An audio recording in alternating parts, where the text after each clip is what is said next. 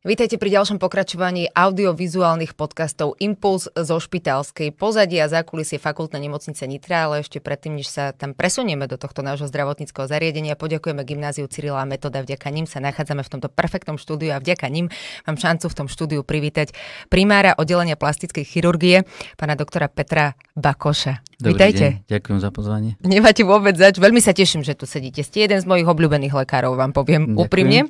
Už som to inak hovorila aj doktorovi Chalachanovi, ale vy ste hneď po ňom. Pravidelne to nepoužívam, ale pravidelne čo robím je tá vec. A síce, že každého jedného odborníka, lekára, zdravotníka, sestru, keď si sem pozvem, tak mu urobím takú krátku genézu, to jeho CV alebo jej. A vo vašom prípade by sme začali rokom 1998, 1. september, tak to bol nástup do Fakultnej nemocnice Nitra na chirurgické oddelenie. Potom ste si prešli pracoviskom oddelenia patológie, to sa ešte opýtam, ako sa to tak deje. Potom ste cirkulovali na oddelení plastickej chirurgie v 99. No a od 7.2.2011 ste poverení vedením oddelenia plastickej chirurgie. Tak. No a teraz rozmýšľam, že chirurgia, patológia, plastická chirurgia, napokon konečná stanica. Vždy ste túžili byť lekárom? Áno, vždy som túžil byť lekárom, respektíve pamätám si obdobie, ktoré boli ešte v detstve, keď som tým lekárom nechcel byť, nevedel som, že existuje také povolanie, ale od útleho detstva sa pamätám, že to lekárske povolanie u mňa vždy nejak rezonovalo. Aj vzhľadom k tomu, že som pochádzal z rodiny, kde otec bol lekár, mama zdravotná sestra, takže nejaká tá kontinuita určite nasledovala. No a ako sa dá teda z chirurgického oddelenia na chvíľu ocitnúť sa na tej patológii? Či to bola taká nejaká povinná cirkulácia? Áno, takto? Bolo to súčasťou. V podstate nastúpil som v období, keď ešte sme nefungovali podľa pravidiel Európskej únie.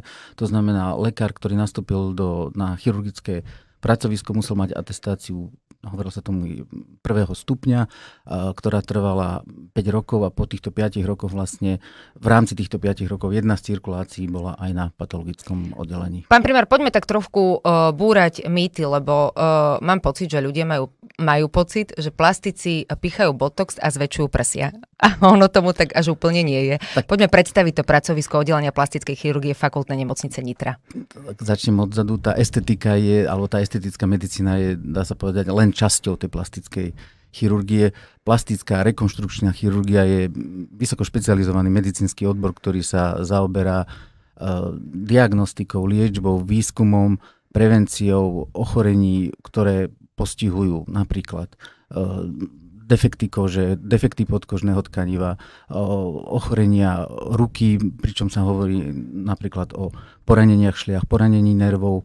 Veľkú časť našej práce zabezpečujú nádorové ochorenia kože, medzi ktorými veľmi teraz vystupuje maligný melanom. Poďme si približiť túto diagnózu. Ja fakt teraz neviem, ako mám zareagovať, čo ste povedali, lebo som laik. Čo to je? To je rakovina kože? Je to, dá sa povedať, najzhubnejší typ rakoviny kože, alebo teda nádoru kože. A teda, ak tomu správne rozumiem, je to na vzostupe, alebo Tým, že najčastejšie? máme v populácii dosť často sa teda preferuje opálené telo a tento kult takéhoto v úvodzovkách zdravého opáleného tela. Ľudia viac sa opalujú, viac sa vystavujú slnečnému žiareniu a jedným z následkom toho je aj to, že môže vzniknúť nádorové ochorenie kože a jedným z nich môže byť aj maligný. Osobne som si myslela, že teda iba solária môžu spôsobovať, ale teda aj to bežné... Aj to bežné opalovanie v podstate v určitých časoch dňa medzi tou 11. hodinou, 14. hodinou by sme sa napríklad nemali moc na pláži opalovať alebo intenzívne sa opalovať.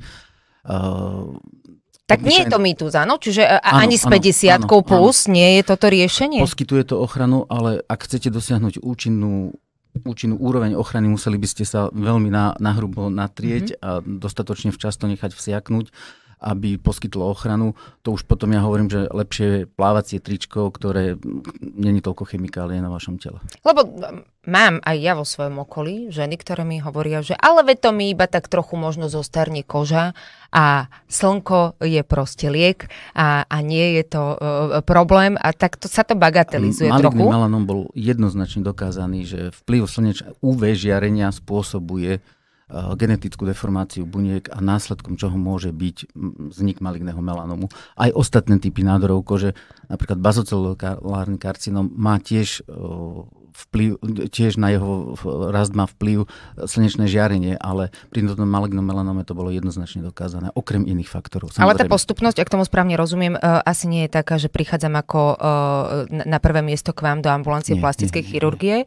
Poďme si povedať, aký je ten postup. Bežný postup ideálne je, ak pacienta vidí najskôr kožný lekár, ktorý zhodnotí všetky jeho potenciálne kožné problémy a ak nájde problém, ku ktorému chce, aby sa postavil plastický chirurg, tak takto tohoto pacienta potom vlastne odosiela k plastickému chirurgu. Ja vždy hovorím, že plastický chirurg je predĺženou rukou toho kožiara, ktorý mu určí toto a toto treba odstrániť.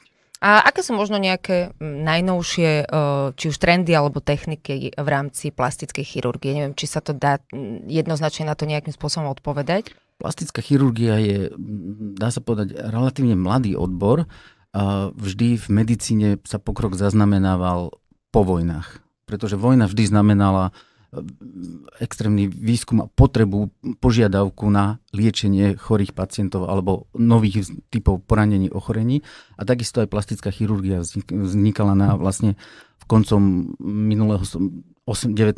storočia, začiatkom 20. storočia. A tie trendy v tej plastickej a estetickej medicíne sú extrémne rýchle.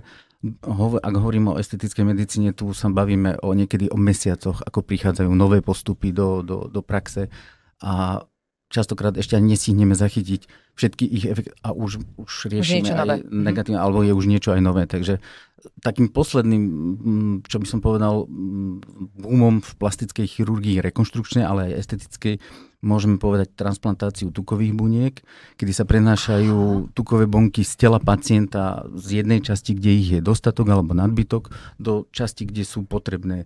Tie tukové bunky, alebo teda to tukové tkanivo má tú zázračnú schopnosť, že môže obsahovať, respektíve obsahuje aj tkanivové bunky schopné pomôcť iným tkaninám v raste. Tak to mi musíte vysvetliť. A ako môže mi tuk pomôcť v tele, v raste iných? Poviem príklad. Pacient, ktorý má nejakú jazvu na tele, napríklad, ktorá je vtiahnutá, deformuje mu telo, tá jazva ho bolí, môžem ako príklad uviesť pacientka po amputácii prsníka. Jej oblasť je častokrát aj po ožiarení, tá lokalita je spálená a pacienti majú bolesti, nedokážu dostatočne hýbať tou hornou končatinou, na ktorej strane bola operovaná ten prsník. A my využijeme to, že odoberieme tuk formou ako keby liposukcie, tento spracujeme a následne ho aplikujeme do oblasti tej jazvy. Ten tuk má tú schopnosť, že dokáže tú jazvu zmäkčiť, zláčniť, pacientka sa uvoľniť, môže začať rozcvičovať túto lokalitu a druhá časť je objemová zložka, že tam dokážete dodať objem. Takže to je vlastne taký nejaký lipotransfer? Áno, prenos tuku. A robíme to teda aj my vo fakultnej nemocnici Nitra. Keď sme už pri tých prsníkoch, dúfam, že sa na mňa nenahnevate, ale budem sa pýtať aj na augmentáciu prsníkov. Je o to záujem? Je o to veľký záujem o augmentáciu prsníkov.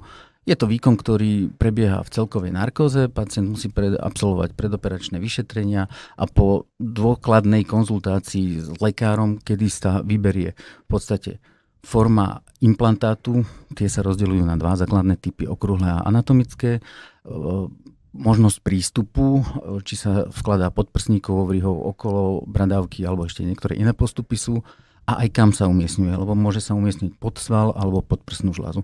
Toto všetko musí byť na konci konzultácie aj lekárovi, aj pacientovi jasné, aby vedel, do čoho vlastne ide a aký výsledok môže očakávať. Predsa len zabrdneme aj do tej estetickej plastickej chirurgie. Keď som spomínala píchanie botoxu a nejaké skrášľovanie, neviem, napríklad viečka sa dávajú robiť. Toto všetko poskytujete aj vy na vašom pracovisku? Áno. Naše pracovisku v prvom rade sa zaoberá tou rekonštrukčnou medicínou. Pracovisk plastickej chirurgie na Slovensku je, ja myslím, že 5, ktoré sa venujú rekonštrukčnej plastickej chirurgii. Pracovisk, ktoré sa venujú aj estetickej medicíne, je niekoľko desiatok. My poskytujeme predovšetkým tú rekonštrukčnú chirurgiu a zároveň aj estetickú časť, pričom to portfólio je, dá sa povedať, porovnateľné s inými bežnými pracoviskami plastickej a estetickej chirurgie. A ja úplne neviem, že či sa môžem opýtať v prípade ako tak vážnej témy, ako je teda práca lekára, ale je niečo, čo je vašou takou srdcovkou v rámci tej plastickej chirurgie? Ja viem, že napríklad, ak by som sa pýtala chirurga, tak mi asi nepovie, že miluje operovať čreva, alebo... Pre mňa najväčším zadozučinením je také klišé, že spokojný pacient. A či robíte takú operáciu, ak sa to zadarí a je spokojný pacient a je spokojný lekár, tak myslím, že to je také najkrajšie zadozučinenie. Najčastejšie, alebo respektíve najlepšie to častokrát z tých estetických výkonov vidíte u pacientov po operácii horných viečok. Tam je ten efekt, dá sa povedať, prakticky skoro okamžitý po odstranení stehov. A je to, môžem povedať, asi taká aj moja obľúbená operácia. A taká nejaká najbizarnejšia vec v súvislosti s výkonom tej dlhoročnej praxe, lebo teda predsa máte na čo spomínať od 98. V 98. keď sme začali, tak tu bolo strašne veľa tumorov, ale tumorov, ktoré boli veľké. A mali sme pocit, že sa nám to celkom podarilo vyprázdniť a ten región očistiť od týchto zanedbaných stavov. Ale po tom covide musím povedať, že opätovne sa nám stáva, že prídu ľudia s extrémne veľkými narastenými tumormi. A to čo znamená, že to zanedbali? Alebo teda nejakým spôsobom nereflektovali na tie signály, ktoré telo vysielalo? Častokrát povedia ľudia, opatroval som niekoho iného, nestihol som sa o seba starať. Takže tie faktory alebo odsudzovať človeka za to je také jednostranné. Vždy do toho vstupuje niekoľko skutočností. Hlavne nám to ani neprináleží. Úplne jedna z posledných otázok, na ktorú sa vždy pýtam každého hostia, ako sa o seba starať. Teda, ale v prípade vás ako plastického chirurga neviem, že či sa tam dá vyslovene hovoriť, že myslíte možno v prípade tých tumorov na nejakú prevenciu, ale úplne sa nedá povedať, že by ste tú estetickú medicínu napríklad odsudzovali v prípade tých viečok. Alebo... Nie, to určite. Že dajme možno také nejaké posolstvo na záver, tam sa chcem dopracovať. Najväčším posolstvom v rámci rekonštrukčnej alebo teda nádorovej chirurgie je prevencia. A hovorí sa jedno jediné pravidlo, radšej 10-krát zbytočne ako raz neskoro. Takže to sa týka tej medicíny onkochirurgickej. A čo sa týka estetickej medicíny, každý človek sa nejako cíti, má nejaké vnímanie sama seba. Človek, ktorý je starý, skúsený, vráskavý a je v pohode, nepotrebuje plastického chirurga. Ľudia, ktorí potrebujú mať pocit, že keby som mal toto troška inak a cítim sa lepšie v živote, netreba váhať. Akože. Stalo sa vám niekedy, že ste odhovárali niekoho od nejakého? Ja viac odhováram, ako operujem, takže...